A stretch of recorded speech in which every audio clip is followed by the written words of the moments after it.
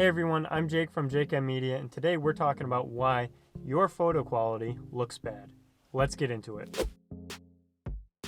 Starting off, there are a few obvious reasons why your photo quality would look bad. Those obvious reasons being: 1. Your shutter speed was too slow and you were hand holding the camera. 2. Your ISO was too high. Or 3. Your aperture was too shallow. And keep in mind, it might not be just one of these reasons as to why your photo quality looks bad. It could be 2 or even all 3 of them. Alright, so those were the obvious reasons. Now let's get into the not so obvious reasons.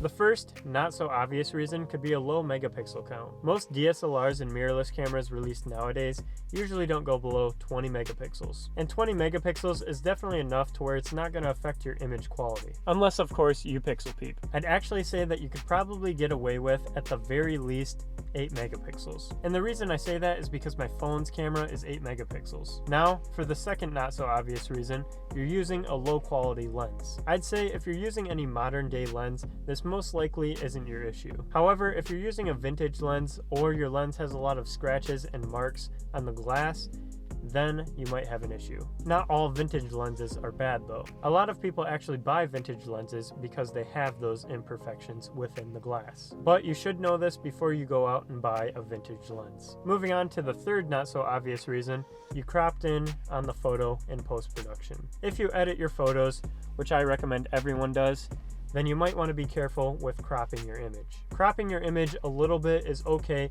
if you have enough megapixels to work with. However, if your camera has a low megapixel count or you just cropped into the image a bunch, then you're going to run into an issue. Most of the time though, if you're only cropping in a little bit, then you shouldn't have any issue. Now for the fourth not so obvious reason, you have dust or dirt on the front or back lens element or on the camera sensor. And usually these tiny particles that you see on your camera's lens or sensor are going to show up in your image as a tiny black dot or smudge. So if you do notice these smudges or black specks in your image, the best thing to do is just clean your camera gear. And that leads me into my fifth and final not so obvious reason, which kind of ties into a reason that I stated earlier in the video about your aperture being too shallow, which is you missed focus. This is a problem everyone runs into in photography.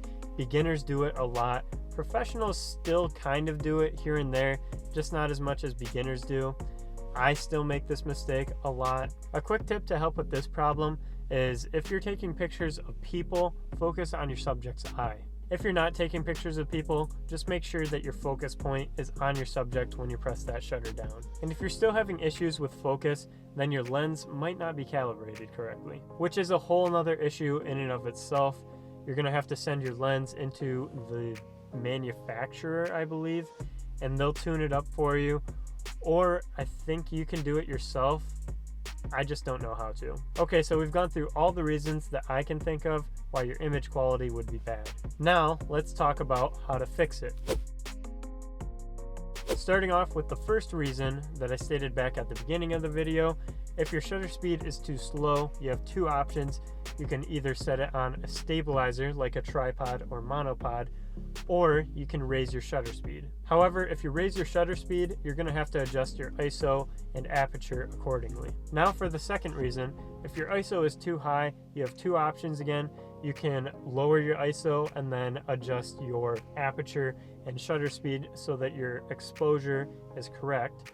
Or you can lower your ISO and then introduce a flash. Moving on, we have our third reason. If your aperture is too shallow, meaning your aperture number is too low, the only thing you can do to fix this is to raise your aperture. This is going to give you a larger area of focus. Now for reason number 4, if you have a camera with a low megapixel count, there's not really much you can do. You can either only use that camera in the best possible lighting situations and hope for the best, or you can go out and buy a new camera with a larger megapixel count. After that, we have reason number 5. If you have a low quality lens, there's only one thing you can do, which is buy a new lens. However, most lenses being released nowadays are definitely good enough, so this is most likely not the problem unless you do have a vintage lens. And that leads me into reason number 6.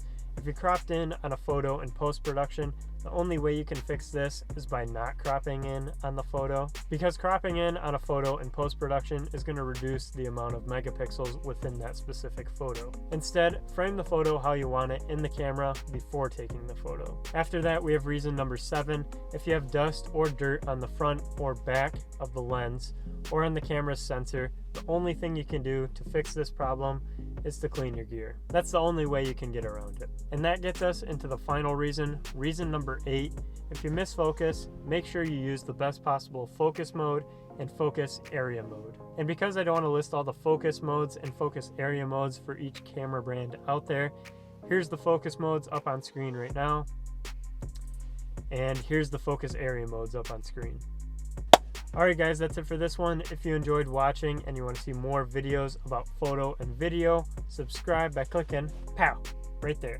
Thanks for watching, and always remember to capture great moments. Peace.